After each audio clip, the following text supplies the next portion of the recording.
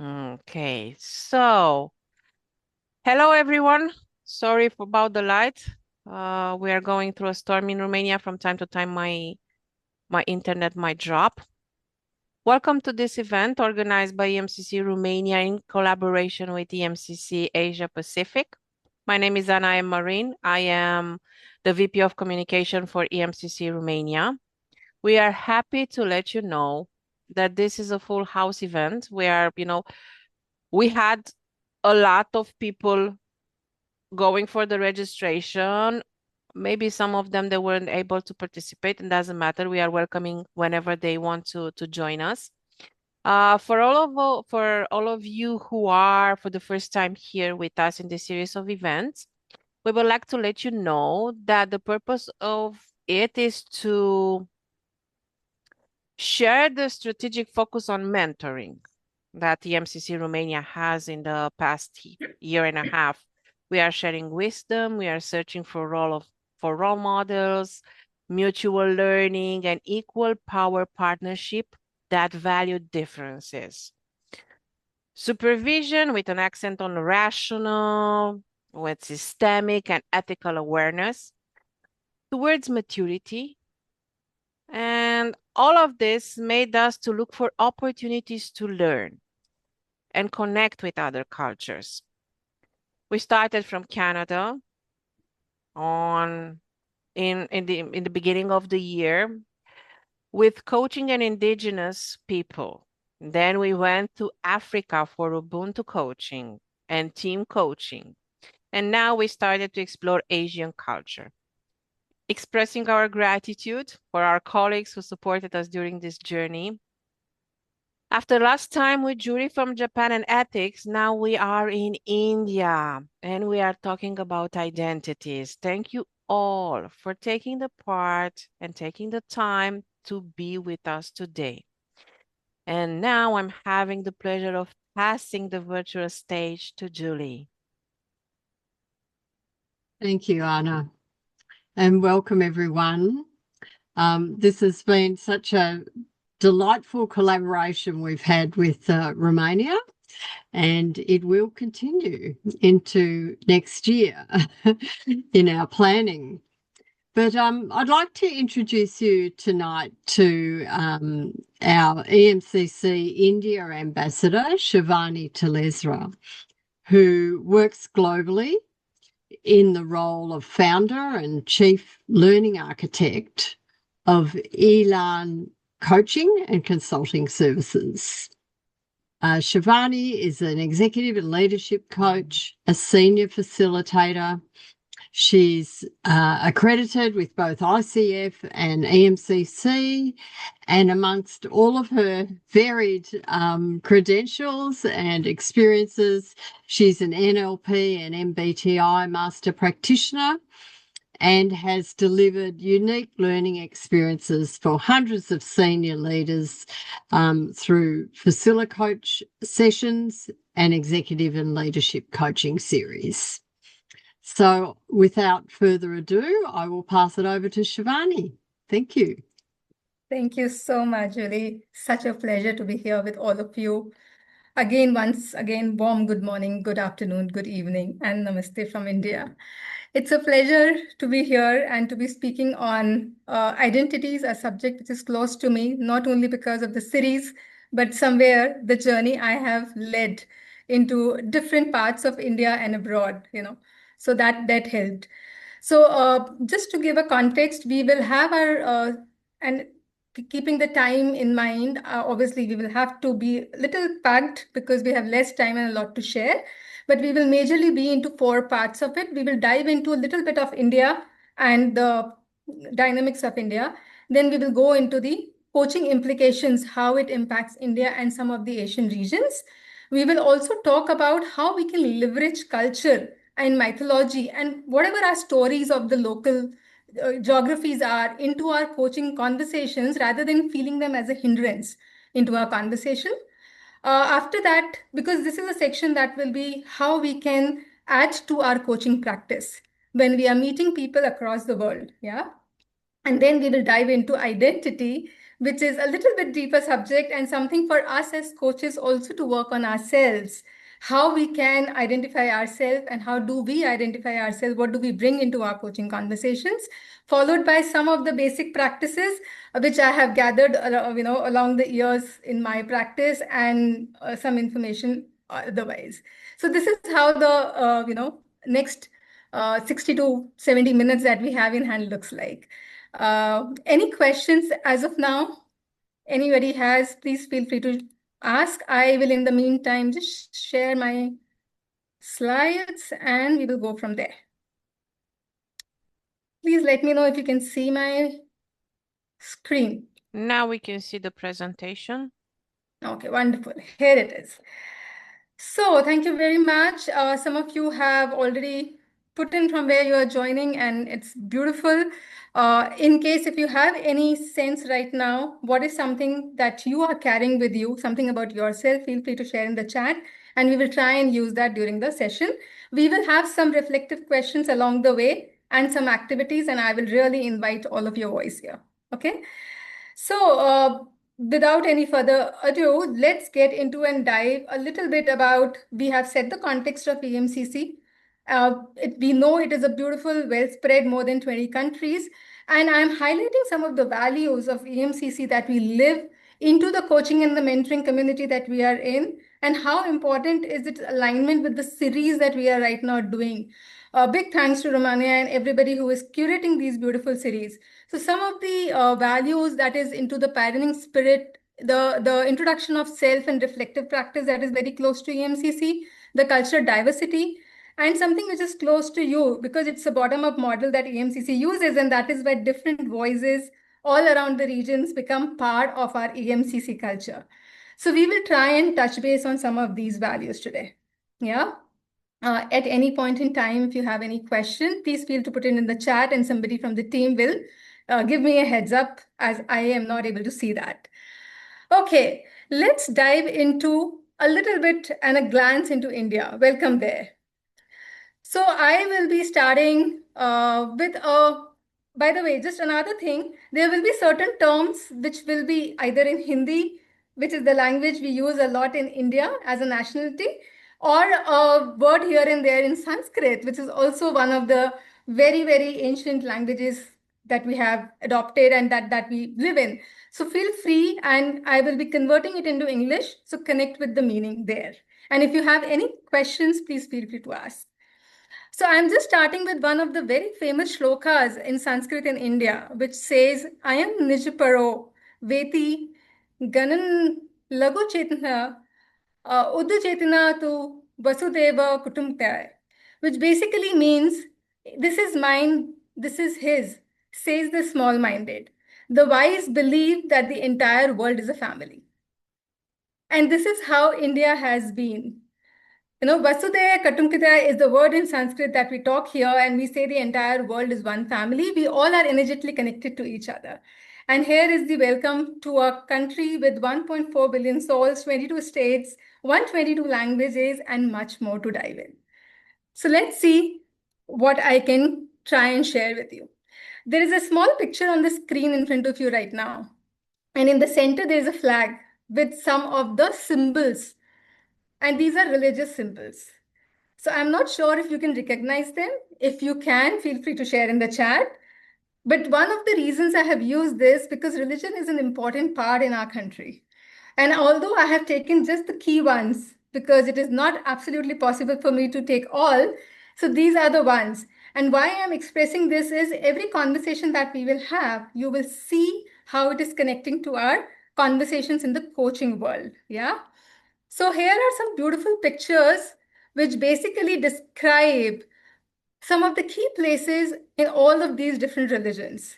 Now, just to share it with you, the symbols around this flag is basically from the Hindu religion, from the Islam religion, from Christianity, from Buddhism, and from the Sikh religion, which are the prominent religions in India. And the reason I have gathered these pictures is for you to kind of glance through it and see, and in case if anything comes to you, is there anything common that you can see in all these pictures? Is there any one thing that you can see common in all these pictures?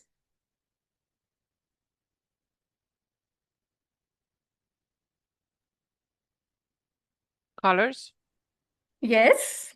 symbols, religious or spiritual, more likely. Yes. Temples. Places of worship. Sorry? Places of worship. Yes, places of worship. And in the chat, we have time to be still and reflect, temples, spiritual. Beautiful. Yes. So, yes, these are all spiritual places. And one of the things that I will put your attention to, if you see the architecture, does not matter, whether it is a temple of Hindus or a Sikh Gurudwara or it is a mosque.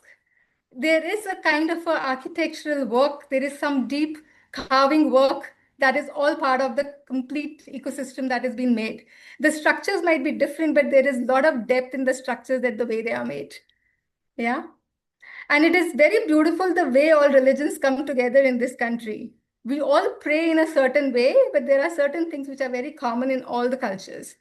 There are cultures, and if you see the scientific logic, it's very much connected to how these religions might have been formed centuries ago.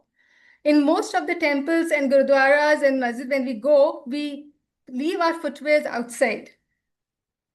We do not step, we step barefooted inside these temples and into these worship places. If you see in church, it is basically there are benches, so you don't have to put your footwears outside at all the places. And what does this say? It all says about the cleanliness that we are talking about, the purification and the purity that religion talks about. There are different forms of worship, but all are worshiping to some higher God, some higher level, some higher energy. In the same way, there is a way to worship. Most of these communities have turbans or something, covered on their heads. While mosques are usually without hair. So a lot of things are scientifically connected and logically connected to cleanliness and purity. And that is all about India. It is like different people, different regions coming all together, and how the togetherness come in these different forms and shapes. Yeah. There is a lot more. So one of the things is also about India. It's a land of invention of many things.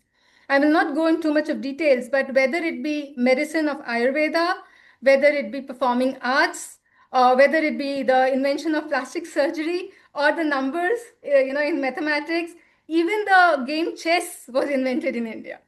So we Indians have a little bit of subconscious, unconscious pride in a way that, okay, this we have a land of very, very old civilization and an invention of many, many things. Yeah. So I will kind of skip these, and what we will do is I will show you this beautiful video. This was made just a few months back in August when our last 15th August independence went. And I found it a good culmination of everything that we represent as a collective, which is otherwise very difficult to elaborate in 10-15 minutes. Yeah. So let's watch this quick video and see what are you getting out of it. Just look around you. You will find a temple bell ringing and somewhere nearby an azan echoing through the sky. You will see a mother draping her child in a Kanchipuram sari in Chennai, while a grandma in Patiala folds a paratha with the same love. There's a boy learning Bharatnatyam in the south and a girl rapping in Bhojpuri in the north. We are all so different, and yet we belong to the same Desh. India isn't just a country, it's a feeling, a stubborn, beautiful, chaotic, colorful emotion. Where the world says diversity creates division, India smiles back and says, nah, not here. Diversity is the DNA. So on this 15th August, let's hit pause. Let's forget the noise and just listen to the story of a country that is not one voice, but a million harmonies. This is 28 states, 122 languages, one Desh. So here's a stat to blow your mind. India has 22 officially recognized languages, but across the country, people speak in over 19,500 dialects. That's not a typo. 19,500. We've got Kashmiri up north, Malayalam down south, Gujarati on the west, Manipuri on the east, and in between, There's someone reading poetry in Konkani, arguing in Marwadi, or singing lullabies in Santhali. Plus, you know that special Indian way of talking, like, bro, chalo yaar, let's go eat. We are all basically multilingual DJs, mixing languages in real time. Even on internet, we are all out there commenting in English, memeing in Tamil, English, Hindi hybrids, and saying ayo with the same energy as array, yar. And that's the magic. We don't just speak to communicate, we speak to belong. Now, if languages are how we talk, food is how we love. India's culinary map is wild. Each state is basically its own MasterChef episode. In Punjab, butter chicken simmers with ghee and glory. In Bengal, macher jhol whispers the taste of rivers and mustard oil. Odisha gives us pakla bhat, a fermented rice dish that's a full monsoon mood. And then there's sizzling chaat from UP, litti chokha from Bihar, bai from Mizoram, and appam with stew from Kerala. We fight over which biryani is best and who invented Rasgulla. And let's not even start on mangoes. Every bite is a story. Every dish is an identity. There are over 50 regional variations of dal, and every Indian will swear their mother's version is the only correct one. Because in India, food isn't just fuel. It's emotion, memory, and sometimes a full-blown personality trait. And what do we do with all that food? We celebrate. If calendars had feelings, the Indian one would be exhausted. There's always a festival, and we never do anything halfway. There's Diwali and Eid, Christmas and Pongal, Onam in Kerala, Bihu in Assam, Durga Puja in Bengal, Ganesh Chaturthi in Maharashtra. And somewhere someone's bursting crackers just for fun. We celebrate harvest, rain, spring, light, love, even kites. And we don't just celebrate our own festivals. We gate trash everyone else's too. Because in India, if you have a friend, you have an invite. We might have different gods, rituals, and calendars. But somehow, all our hearts beat to one rhythm. The rhythm of celebration. Now let's talk style. Indian clothing isn't just about what's trending. It's a wearable family tree. The Manipuri fanek, the Maharashtrian Novani, the Rajasthani bandhani, the Kashmiri pheran, the Naga mekla, the Punjabi salwar kameez, the Lepcha dumbu. Every piece of fabric carries centuries of culture. We don't just dress to impress, we dress to express. And you know what's cooler? We remix it. Saris with sneakers, jhumkas with jeans, but you know what? It still slaps. Because tradition in India isn't rigid. It's cool like that. Now, ladies and gentlemen, boys and girls, plug in your headphones because we are going on a sonic trip. We've got Hindustani classical in Varanasi, Carnatic magic in Chennai, the peaks of Bhangra in Punjab, and the calm of Rabindra Sangeet in Bengal. Oh, and there's Bollywood, that glorious beast that gave us everything from Mera Juta Hai Japani to Apna Time Aayega. Then throw in some indie artists, Coke Studio collabs, gully rap, temple chants, and train station bhajans, and you got the most chaotic and beautiful sonic identity ever made. Because in India, music doesn't just play in the background, it plays in our soul. Now let's zoom out. What really holds all of this together? It's not laws or politics, it's culture. Our culture is both the past we remember and the future we remix. From Kathakali to Kalaripattu, from yoga to Ayurveda, from grandma's nuskhe to Gen Z memes about Mercury retrograde, India's culture is both ancient and trending. We don't just preserve heritage, we remix it. From classical art to street murals, Sanskrit shlokas to stand-up comedy, we are constantly creating without forgetting where we came from. Our culture is not frozen in music.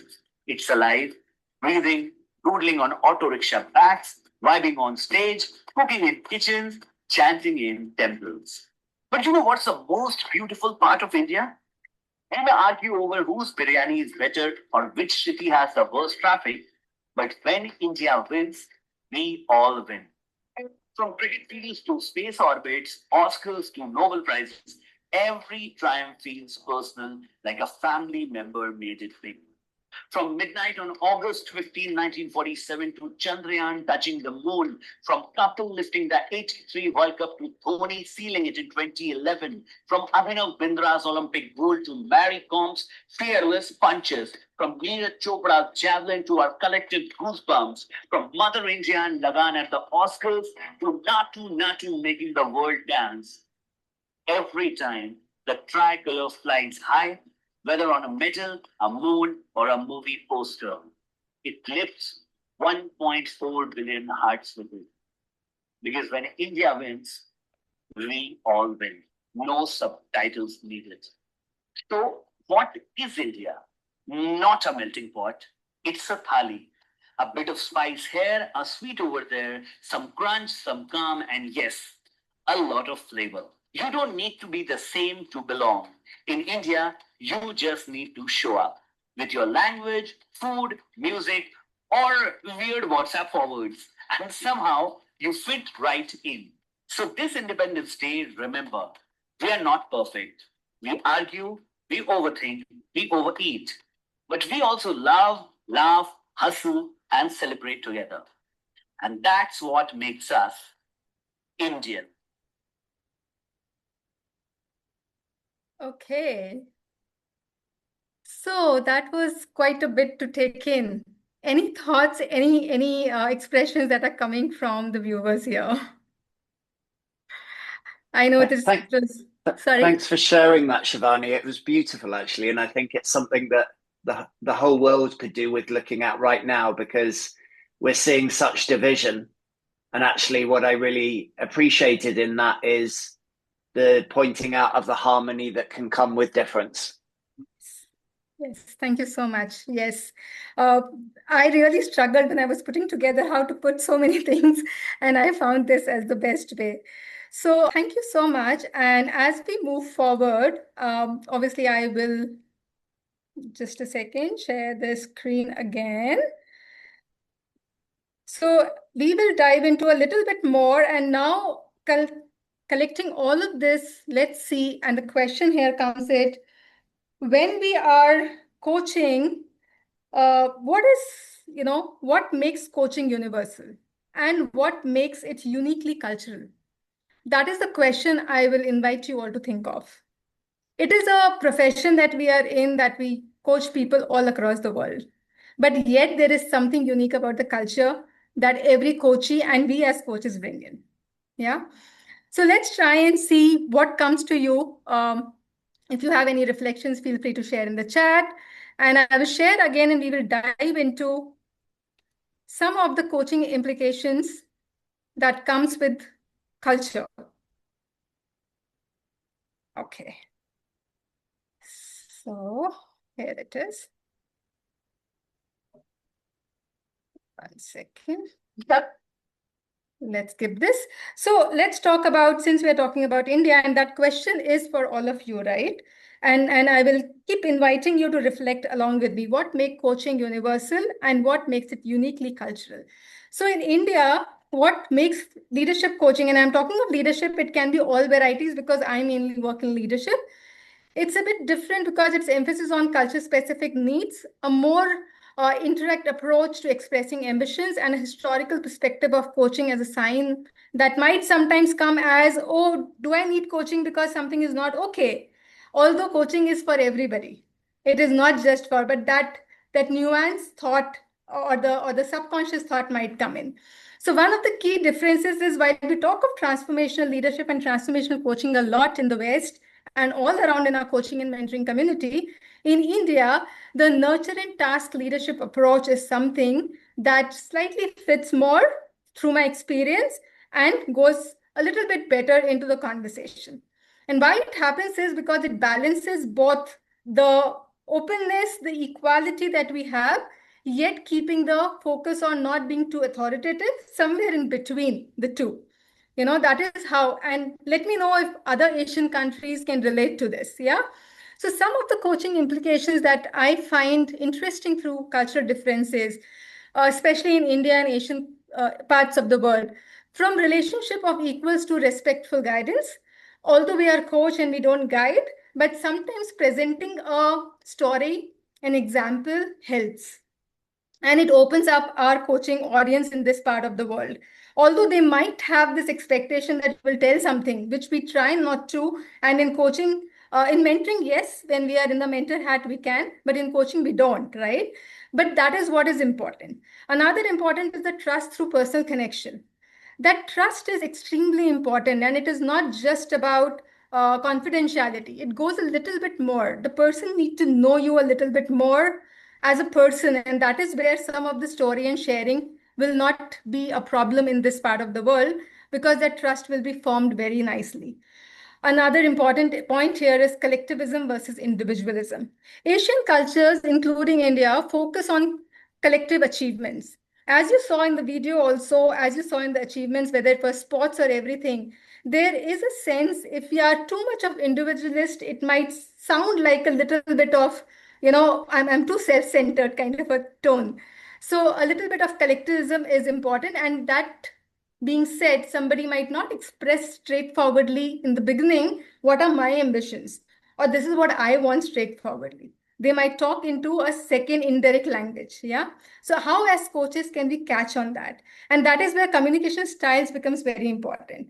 Different impact of assertiveness is there here. If you know how it is derived by people, what it seems to be effective in West might be a little aggressive in Asia and India.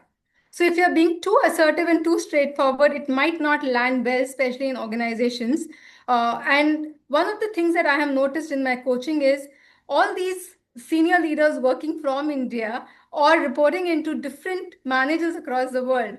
So they are one side into the Indian organizations in the Indian culture, and the other side, they are also reporting into the global world, which basically makes them into this dynamics of changing the way of thinking and responding as per their seniors and as per the cultures of different geographies. Yeah. So this is what is very kind of a complex thing when we are coaching people. Understanding hierarchy and deference is again an important point. Corporate culture often involves more deference and authority here. So while things are changing and it is becoming more flatter organizations, but there is still a sense of respect and there is still a sense of authority in this part of the world. Yeah. So these are some of the coaching implications, which are, something. Another important thing that I will just share with a beautiful research done by 6 seconds. I hope many of us know Andrea Stone.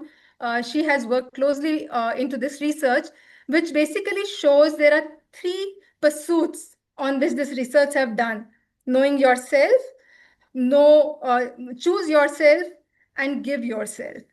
And over the years, it has been noticed that the emotional intelligence quotient of India has slightly dropped. Now, what does that even mean? It means that knowing yourself is still in the highest quadrants. That means people do have awareness. But one of the things that you will find in coaching conversations is I understand intellectually, but I'm not able to put it in practice. And that is something for coaches to break through. Somehow when they are able to, and this has happened basically not only in India, but most of the continents. I think it is a post-pandemic thing. But this is one of the things that are we realizing in India. They do have a lot of self-awareness, but when it comes to doing for personally for yourself, which is also aligning to what I just said, being very straightforward sometimes becomes a problem, and that's why they don't focus. So as coaches, sometimes to open up, to come to that level of absolute safe and sacred space, to come to that faith that yes, I can be me, at least here in the coaching space, might take a little bit of time, and that patience, that thoughtfulness, and that presence, that space to be whole becomes crucial for this part of the world. I will just take a quick pause here. Any thoughts, any questions coming to you? And obviously, as I'm speaking, I will invite you all to think for your regions also, because we will go into some of the other Asian countries, and I will invite you to think of how it happens when you are doing and what cultural aspects comes for you when in your coaching conversations. Yeah. And here we comes. So there are many cultural dimensions, and there are many cultural studies which talks about, but as Hostel's cultural dimension talks, there are certain dimensions: power, distance, individualism, masculinity, uncertainty, long-term orientation, and indulgence.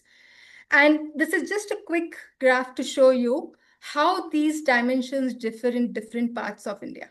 Different parts of Asia. These are some of the places I have chosen where I have coached. And that is the reason I can kind of relate to them of why these differences. The crucial and the important idea here is when we are working with people cross-culturally, it is not only about knowing where are they coming from, but there is a broader macro sense of the region, of the culture. Then there is a micro sense where they are coming from, the organization or their space. And then there is even further individual, who they are and what thoughts and beliefs that they are bringing into the conversation.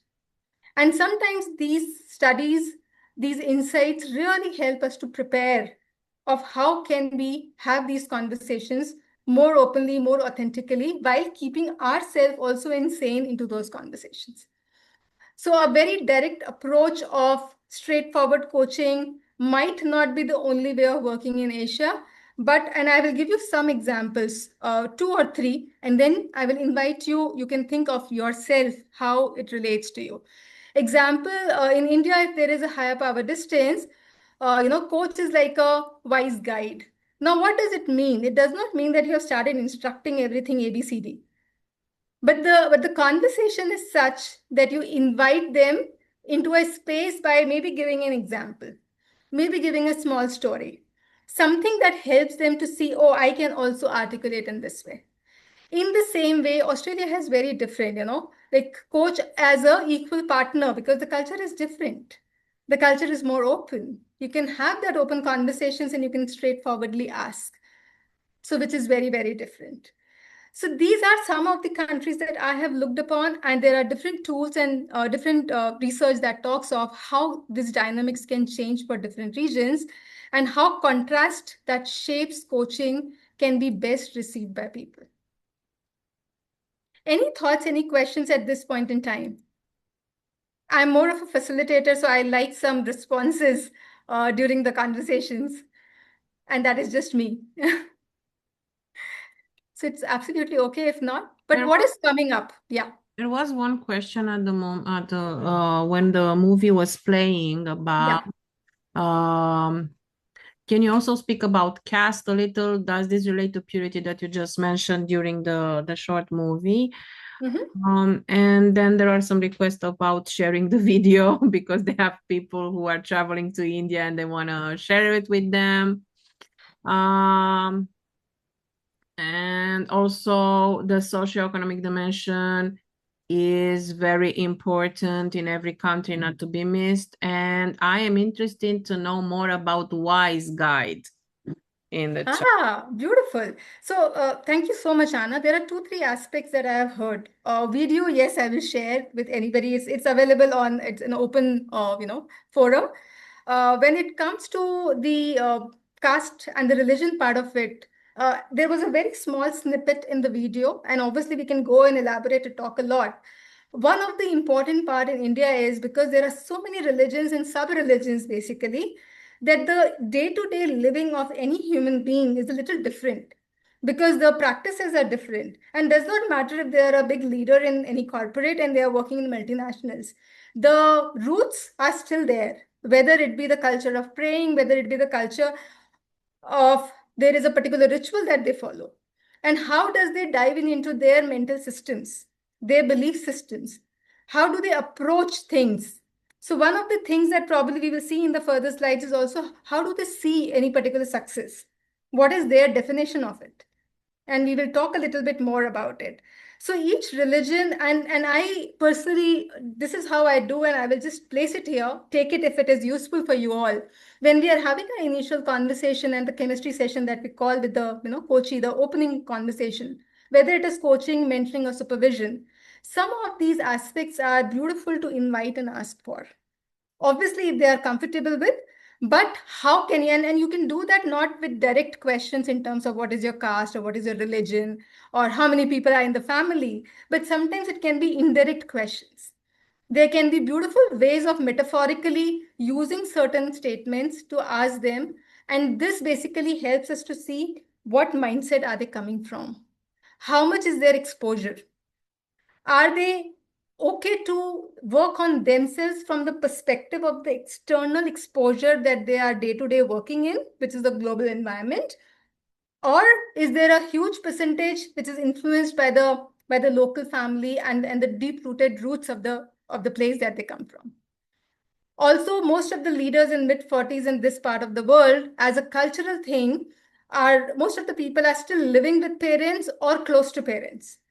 So people in their 40s usually are managing themselves, their work arena, children, which is Gen Z, and elders, caretaking for them, which is a different generation altogether. So they are in between these two, three dynamics. So with this, religion also plays an important part. So that was the second piece. I hope I'm able to give some reference to the question that was asked before I move into the wise guide thing. Yes, no, a thumbs up will help. Was that useful? I'm so sorry, I'm not able to see the chat because I'm on full screen. Yeah, no, there is no answer for the moment. So Okay. there are some comments. Can you talk about India's collectivism and high masculinity and uncertainty avoidance? I think it is important to respect these cultural differences. There is no wrong or right, e.g. not to change to fit the dominant coaching or business model, but to understand the cultural potential itself. Yeah, not a religion's concept, but economic link to poverty. Unless I'm wrong, please clarify. And that's about it in the chat. Okay, beautiful. So some of the questions will come and we will address this by the end because some aspects will be kind of coming again in the second part of it. But as for the question of coach as a wise guide, and I will just talk a little bit. One of the things that I love about EMCC is EMCC allows and gives space of both coaching and mentoring. And as coaches, we generally put ourselves and we say that we are using our mentor hat or a coach hat during the conversation. But that really, to my experience, help in this part of the reason. And the meaning of a wise guide is here, as I said earlier, when there is a conversation happening and you are exploring a question for them to open up, and in case if you see a resistance, or if you see it is not going through completely, just invite and ask, what is something that will help you to articulate this better? And most of the time, people might say, like, can you give an example? Or what do you actually mean by this? And in that particular place, as a wise guide, if we can give an example, and it can be a hypothetical example or a small story narrative, that helps for them to open up because they feel a connect. I am not the only one. Despite it is a safe space, sometimes they might feel that hesitance. Why should I share? And should I share or not share? Yeah. So I hope you got some, kind of insight into what does that wise guide mean here. Somebody talked about power dynamics and things like that. So yes, basically, as I talked into the coaching implications also, and somewhere there is a hierarchy still in India. So while the world is changing and we have flatter organizations, but still when it comes to the way corporates work, people are very mindful about how my seniors will take it, how this will land to my seniors. And it might be most of the time in their own mind. That is what subconscious thoughts and beliefs are. Maybe they have not yet checked how my senior would like the communication, how much they would like me to report them. But they are creating by their own self because this is how the cultural aspect is. And that is where power dynamics is an important aspect. And sometimes they are in the middle of it because they are working with different managers, one which is a US global manager, another who is an Indian manager. So they are kind of, in split personalities and different kind of personalities they are dealing with. Yeah. So that is about the power distance thing in India. Okay. I'm also keeping a tab on the time because I know we have a lot to cover. So in case if something is not burning, we will move on, and some of the questions we will take at the end. Is that okay? Perfect. And in case you have questions, place them in the chat and we will park them until the end when we have a Q&A session. Yes. Okay, now one of the important aspects that I would invite you all to dive in with me is how can these cultural narratives or mythology or stories of our own countries or religion even can become a leveraging point in our coaching conversations. I have given one example here. I have many more other metaphorical examples when it comes to India, because India has a lot of mythological stories that people can relate to. And we have grown up listening from our grandparents those stories or watching those stories. So the examples can be said. And I have tried to combine. So this is something that you all know. It is the EMCC professional practice framework, and it has about 8 competencies. Now, what I'm introducing here is one of the scriptures of India. And I'm inviting you all to see for yourself. Personally, for me, it has been a learning because I have grown up in multicultural. Been into a Hindu family, studied into a Christian school, best friends being Muslims. So I've seen while growing up, and I had a lot of curious questions. That got me to think every religion has something. Whether you read the Quran, there is a verse which relates to humanity and which relates to service, or in Bible, right? In the same way, I have related to Bhagavad Gita, which is one of the most ancient scripts of India. And we derive a lot. So this is just one quick example, again, with the paucity of time. There are some 4 parts in Bhagavad Gita that beautifully relates to what we do in coaching and mentoring. Yoga is a thing which was invented in India and is a wellness thing that we all perform and use a lot. And yoga means union. Yeah. So coming from that, there are the 4 parts of Bhagavad Gita which talks about, and I'm using the English version because you will not understand the Hindi words here. Selfless action, which is karma yoga, knowledge, which is gyan in Hindi, devotion, which is bhakti. Devotion is both to the universe, to the God, and to the practice and the service. Discipline, which is basically the Raj Yoga, and self-awareness and emotional regulation. Now, I'm sure by even the name of all of it, you can connect the dots and see how is this relating to not only EMCC, but in general, our coaching practice. Yeah. So when it comes to selfless action, this is what we talk about, when we are doing the knowledge of coaching, the space that we create with our coaches, the contracts and outcomes that some of the competencies talks about. The self-awareness and self-development is one of the competencies that talks about. And that comes into these parts. Now, why I have used is when I'm coaching somebody, and if I know their interest and if they know any of the stories, I can use metaphorical examples from some of these learnings or any other ideals of India. If required, I can share a resource later which talks a little bit more about the example of how I use those metaphorical things as an example and then relate it back to the coaching conversation. So I'm not going too much in detail here, but all the 4 or 5 parts of yoga talks about how to perform our duty selflessly, how to create that space of without any intent of what the results are coming, but focus on the process, be into the process with the coaching. Yeah. Encourage and how to do it without attachment to the results. How can we, so it is a parallel path of self-awareness, self-development for self, and at the same time holding unconditional love and presence. That is the devotion to the practice.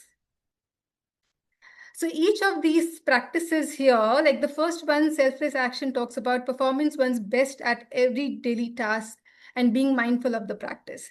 That is what we carry ourselves as coaches into the conversation. The knowledge bit talks about systematically examining and questioning false identities and beliefs through study and contemplation. And this is for us and for our coaches.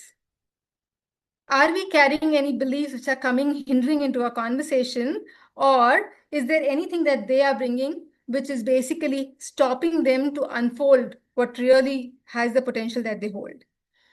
The devotion also talks about the service through unconditional positive regard that we hold into the conversation as a coach to our coachees, or as a mentor, or as a supervisor. Yeah. The discipline is concentrating the mind to achieve control and stillness within ourselves. Do we have centering practices for ourselves?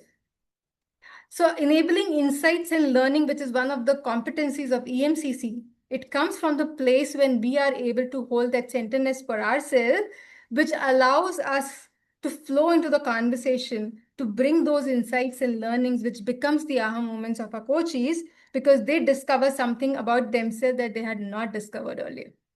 Yeah. It helps in building that relationship with practice of coaching and with our clients. And it helps with evaluation because self-awareness and emotional intelligence is the cornerstone of how we regulate ourselves and others. So these are the 4 parts of Bhagavad Gita. It is a very, very sacred ritual, the book that we have, that we refer to into the Hindu culture, basically. And that I have taken as an example to relate to the coaching competencies of EMCC. In the same way, we can do it from our own religion, own culture, the countries that we are coming from. Yeah. Okay.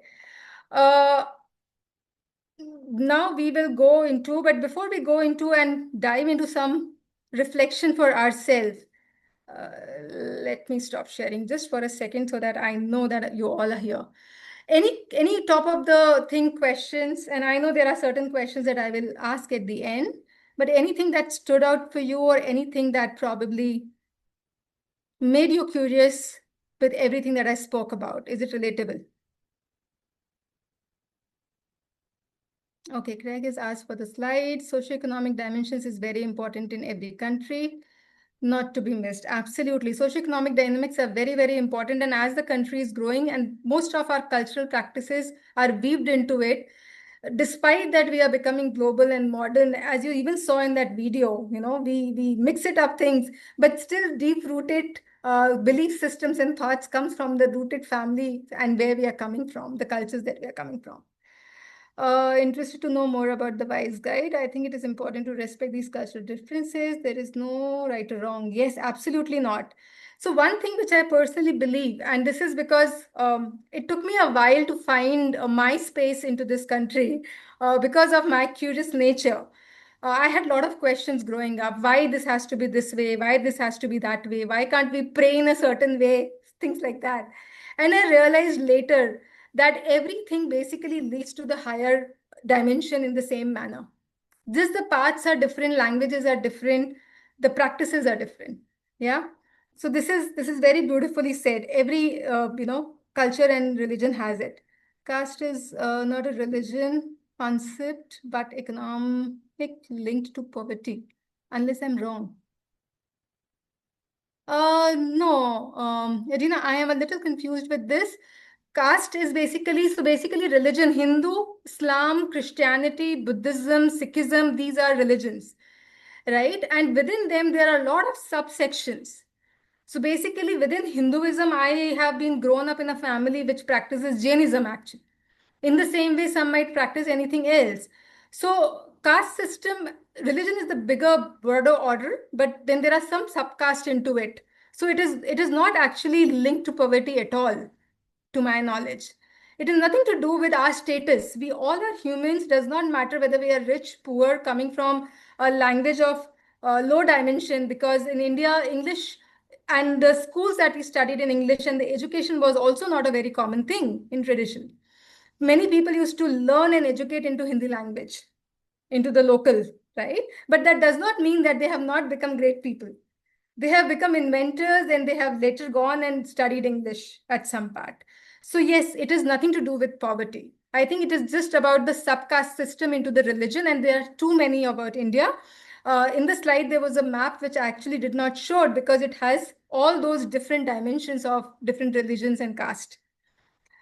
Can you also speak about caste a little? Does this relate to purity that you just mentioned? Okay, so I think what I mentioned about caste is, as I have explained, when it comes to purity, the part is about the rituals of how we enter a particular temple or a mosque or a church. Now, to my understanding, there was always a scientific logic behind these rituals. Yeah. So in India, you will see, especially in temples, in mosque, and in gurudwaras, which is the Sikh temple, we all remove our footwears outside.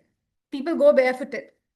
And one of the very common reasons is because people used to sit on the ground, on the space to pray. So they used to sit really in this position, and because they don't want dirt around, they want cleanliness. This was the normal ritual that we open our footwears outside. We used to wash our hands properly, and we used to obviously go after bathing. right? If you see like that in church, we usually have benches. I have gone to chapel all my school life, right? Because of that, there was not required. And obviously the grounds were still cleansed every day. Yeah. So I think purity is the sense of the energy that we hold within. More is the purity of our essence, of our thoughts, of our openness to humanity, to the togetherness, to the community of oneness that we take together. Rather than linking it to caste and culture and rituals are only ways of performing our life. But this is not life itself. Yeah, I hope I'm able to give some essence there. Andrea has written a long thing. I'm not sure if I can read it all. Although India legally abolished caste-based discrimination in 1950, yes, you're right. So that is the reason. But see, here is the things. Despite whatever the laws are saying, there are still people who might have that thing in their mind. There are still communities which might not feel very comfortable. A Brahmin community might not feel very comfortable for people who are sweepers or who do cleaning work. Just an example. So we have come in 21st century and we have moved way ahead. Wherein I have grown up in a household where my father would just sit and have tea with those people. They will not mind because they just think them as humans, not of the work that they do. Their identities were not attached to that. Yeah, so this is right. But yes, these are the nuances we need to be very mindful for. And one of the aspects we can be mindful for anybody else as coaches, mentors, supervisors, only if we are reflective about ourselves and we know what are we bringing into the conversation. What are our beliefs, cultural nuances, our stories that are playing into when we are into those conversations with others, when a question is coming, or how is there any subconscious judgment that we are bringing in? So yeah. Okay. So what I will do is I will move further. Again, since the time is less and I have a lot to share, and then I'm happy at the end if somebody wants to stay back and I hope my slides are again visible. 1 second. We are seeing the slides. Yes. Okay, so we will now try and get into some breakout rooms and do some work around what we have just gathered to more about relate to our own self. So by the time the breakout rooms are, made and you all move into, I would love you to kind of reflect upon having this coaching story, share a story where a cultural or positional identity played a role, and what helped you to see the person beyond the position. Have you ever thought of this question? First thing. If not, I will reflect to you for 2 minutes into the conversation, share with each other what surprised you, anything that resonated across cultures as same, despite, in case if you coach people and mentor people and supervise people in different locations, different geographies. Some of the examples of the Asian countries that I have taken, I have coached in all of that. I have not included US and Europe, but otherwise. And how might a mythological or a cultural metaphor open space for deeper insight in a cross-cultural setting? Is there any possibility? Have you ever thought about it? I have a couple of examples from India, which I have not shared, but I'm happy to share later if somebody wants. Whether it be the goddess Shiva, we can have a metaphor, or whether it be the Krishna in the Mahabharata, how he was in dilemma between the duty and the freedom that he wanted, and then how he made decisions, and how Krishna asked the questions to them. So these I'm bringing up because I am relatable to the mythological stories here. Yeah. So we can have the breakout rooms ready, Shivaani. Please, yeah. Okay, so we will have the breakout rooms. Let's take around 8 minutes, if that is good enough, 8 to 9 minutes. How many people are we going into each breakout room, Anna? So we will have around 4 to 5 people in each. Okay, then let's have 10 minutes because they need that much time. Let's have 10 minutes of this conversation, and I will invite one of you from the room to just share 2-3 of you in the groups of what came up for you. And you can take a picture of this slide if you wish, so that you can have a conversation in the breakout room. Okay, I'm opening the breakout room. You will have 10 minutes. Please mind the timer. And also accept the pop-up in order to move to the breakout room.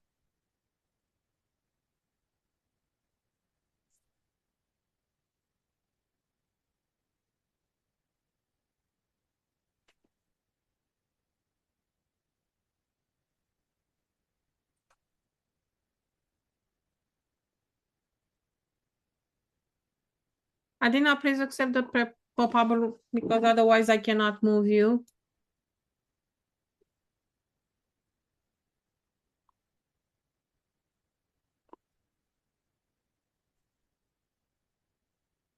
Okay, let me pause the recording. Okay, everybody is back. Yeah, Well, everyone is back. everyone. Unfortunately, it was such an intense discussion, which of course we didn't finish. I know time is always a constraint in such deep topics. Yeah. Glad you had something. Okay, so we had this beautiful conversation, and I hope some things might have come up. And I was reading onto the comments, and it is beautiful that irrespective of which world we come from, we all have certain things which are rooted into our own cultures and all traditions that we bring into our conversations, right? Anybody wants to, one or two people quickly want to share what was happening in the group and what came up for you? Anything that was surprising, or have you ever used a metaphorical, mythological or a cultural, metaphor into the coaching conversation?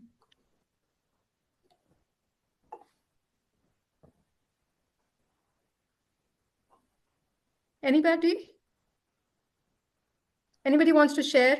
I'm just giving, maybe a minute or two to wait before we dive into an important topic of identity. So this was more all about cross-cultural conversations in our coaching and mentoring. Mm-hmm.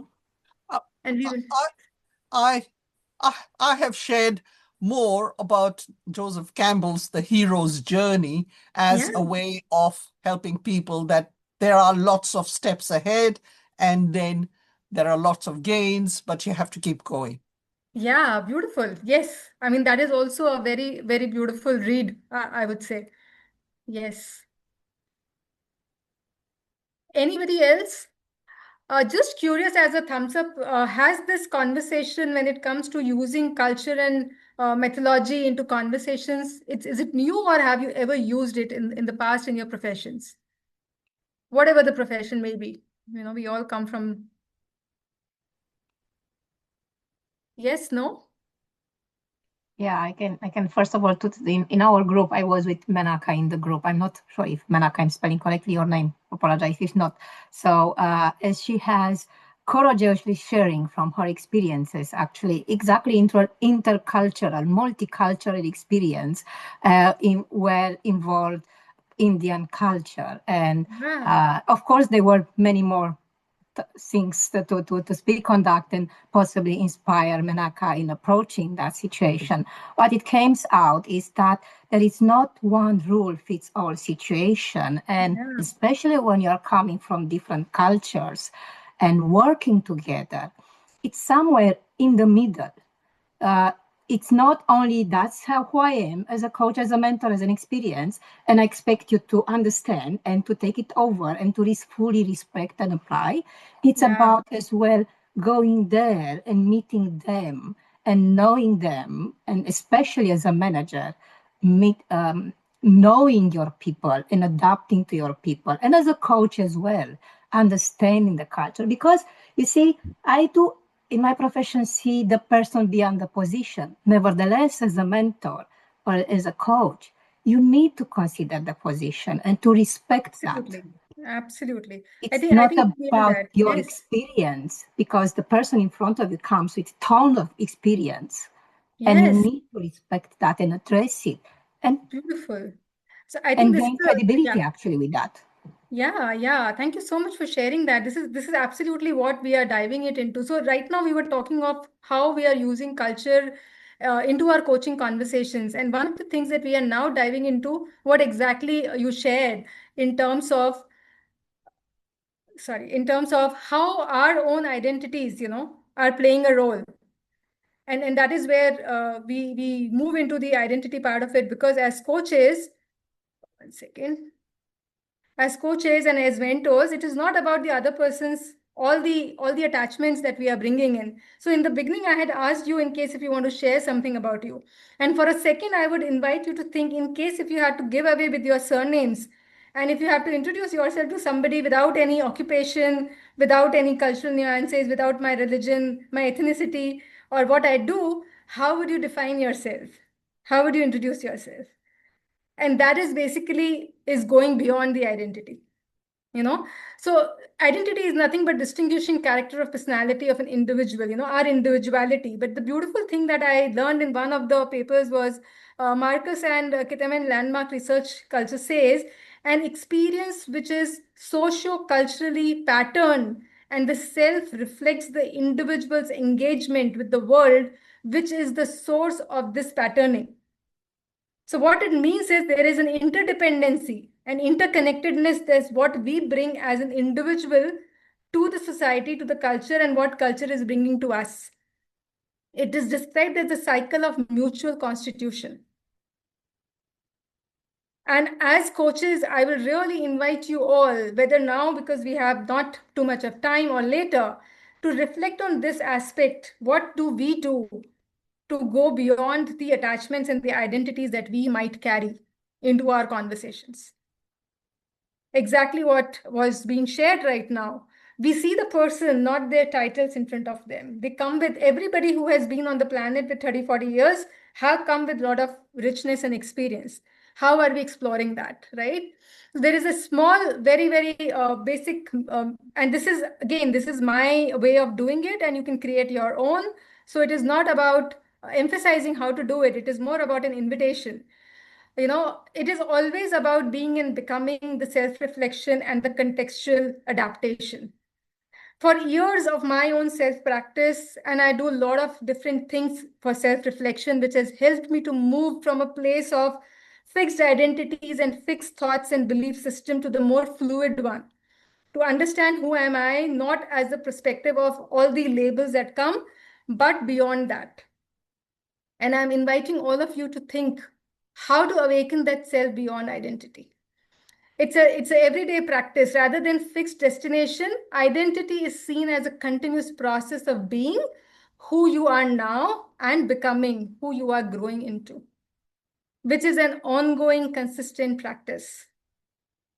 It is the self-reflection, it is the practices that we carry every day that helps us to reframe our thoughts and feelings and experiences, because the only reality is that we exist, right?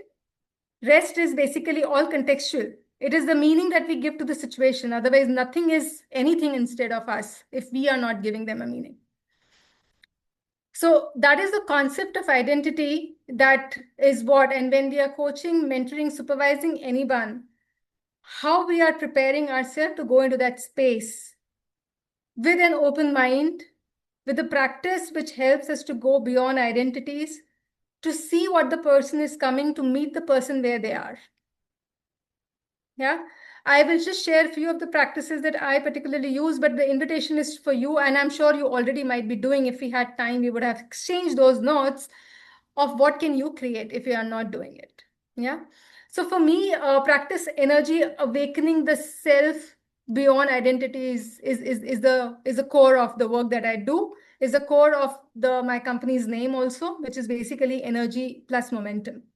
So just notice your energy right now. What story are you carrying? We all carry some stories. Is it the story of what I wanted to become because my parents wanted? Is it the story I am because this is how my society operates? Is it a story that I have to be in a certain way to coexist and to fit into a certain environment? And we are fortunate into the profession of coaching, mentoring, supervision that we have actually evolved around, or we are still in the process of it. But the people that we meet might have never got that opportunity. So that is a very far off thing for them to touch base, because they're still unlayering the basics. And that is where the rooted culture, the rooted beliefs, the rooted things that they are bringing in their identities for us to listen, to hold, to absorb, and to just meet them where they are. Yeah. So there is an example. We don't have too much time, so I will not go in detail, but just this, blue block that you are seeing on the right side. If I have to just ask if anybody wish to raise their hand, can you see any shape in this, different shapes in this? And it can be anything. There's no right and wrong here. Do you see any shapes in this particular image in front of you, the blue image? Shivaani, can you just check that you're showing the screen, because we cannot see the slides? Oh, really? We're seeing only the dropping emotional intelligence in India. Yes. Oh my gosh. I mean, how does that happen and why nobody? 7. No, we're not. We're seeing something. Wait. Oh, I thought you were seeing the slides. I'm so sorry. Give me 1 second.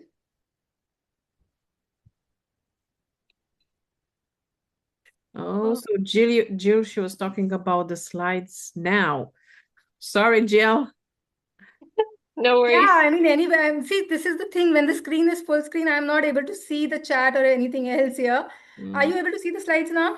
Yes, now we see practice to ACE coaching. Yeah, Beyond so I'm so Identity. sorry. This is where we started from. So I was talking about the identity piece, and I actually read something which is written in italic here, an experience, the cycle of mutual constitution that I was talking, how we are interdependent and interconnected. We contribute to the culture and culture contributes to us. And from here, I moved into the simple practice of being and becoming, self-reflection and contextual adaptation that over the years I have used in the practice of moving out of the fixed identities and mindsets and beliefs and breaking those layers to see beyond those things. So rather than a fixed destination, identity is seen as a continuous process of being who you are now and becoming who you are growing into. And what supports that practice is the self-reflection and the contextual adaptation is situated and adaptable. It can be influenced by different situation, experiences, and social environments, and how fluid are we to adapt to that as coaches, mentors, supervisors. So yeah, I'm really sorry. These dots have a significance, which I will not go in details, but these are the chakras that we have in our bodies. And when they are in alignment, that is where the energy comes into alignment. Our emotions, thoughts, body, and everything is in the movement that we are into selflessly without carrying our own subconscious beliefs and things. And that is where I talked about energy, awakening the self beyond identity. And I asked the question, what story are you carrying? And I'm sorry, but this is the image I was showing you. Thank you for saying that the slides were not shown. In this blue image, can you see any figures? Can you see anything? Can you make out any interpretations of whatever is visible here? Any shapes, any figures? Yes, no? You can just unmute and say. I was just saying it. They look like ghosts to me. Yeah. Okay. What else? Anybody else? A hypo. Go ahead. Sorry. A hypo. Yeah. Yes. Okay. What else? So basically, if we will all see Human intuitively. forms. Sorry. Some human forms. It looks like Yes. someone crouching, someone's face. Yes. So somebody crouching, some human forms, maybe it is a baby or it is somebody big, there can be different forms that comes into. And actually, if I just play this out, it all dissolves. This is who we are. We are nothing but energy. We are taking the different forms and shapes and giving meanings and perceptions to everything happening around us, within us, and in every conversation that we hold. Are we fluid enough and not feeling attached to things that hold us back? And are we expanding to be okay with whatever is coming and going with the motions? Yeah. So that is one of the things. Some of the other practices navigate ambition and ambiguity. This is something I find very important because beliefs create our definitions. And when societal values and beliefs are discovered, define what does success mean to our coaches? What does tolerance and uncertainty means? We saw the cultural dimensions earlier in the slides. Every country had different, whether it is power dynamics or whether it is, other aspects of it. And those creates our definitions and those create our coaches' definitions. So it is important that we are able to navigate this through into our conversations into our practice. Another is holding this container of love, the pure essence. When we are moving beyond, when we are practicing energy, we are able to navigate the ambition and ambiguity of self and others And that is where we are able to hold that pure essence. We are let go of judgments and offer a sacred, safe, non-judgmental space. Whether we are talking as a mentor giving advice, but it is not because I know you have to do it, but because I'm presenting you something and I'm inviting you onto something, and it is you for you to see whether you want to take it. Yeah. Then meet at the level of being. As we talked earlier also, it is basically into the essence of the person, beyond identities, achievements, behaviors, titles, caste, culture, religion, countries, where are they coming from? At the core of it, it is human energy, which is flowing into with different entanglements, and how easy can we make it into our presence is something which coaching helps us do. And last but not the least, invite gentle unmasking. So when you're able to practice energy and navigate the ambitions and ambiguity, you are able to hold the space. And when you're able to hold the space, you meet the being where they are. And when you come to that level, the unmasking automatically starts happening. They start trusting the sacred space. They start unlocking the things that they have holded on for ages with curiosity and compassion, to explore what is beneath the performance identities. And when people are able to do this, they find their own way of growth and success and what they need to navigate into the corporate environment, the targets, the goals, the politics, and yet not lose themselves. That is the power of coaching and mentoring. Yeah. Anyways, I'm keeping a tab on the time since we are just on dot. Out of all of this that I have shared, there are certain quick tools that I have created for myself. Happy to share if you need them later. Although they are not something extraordinary invented, I have kind of getting inspiration from the energy awareness map that I use from the ladder of inference. The ambiguity and ambitious lens, a simple 2x2 grid that I make and I have used in my coaching conversations. And last one is for us as coaches, the 3B practice, being, becoming, and belonging. That is the coaching impact, promotes culturally sensitive goal setting and balances structure and stretch. So yeah, I know the time was a little less. Probably I had a lot more to share, but thank you so much. Basically, something for you. Is anything, one important insight that you are taking away with you that will help you coach beyond identity? Please do share in the chat. It will be happy to read. How does this translate into and inform your practice and nationality cultural experience? Do reflect on this. I'm sure you will get a lot from your own space and what is new for you.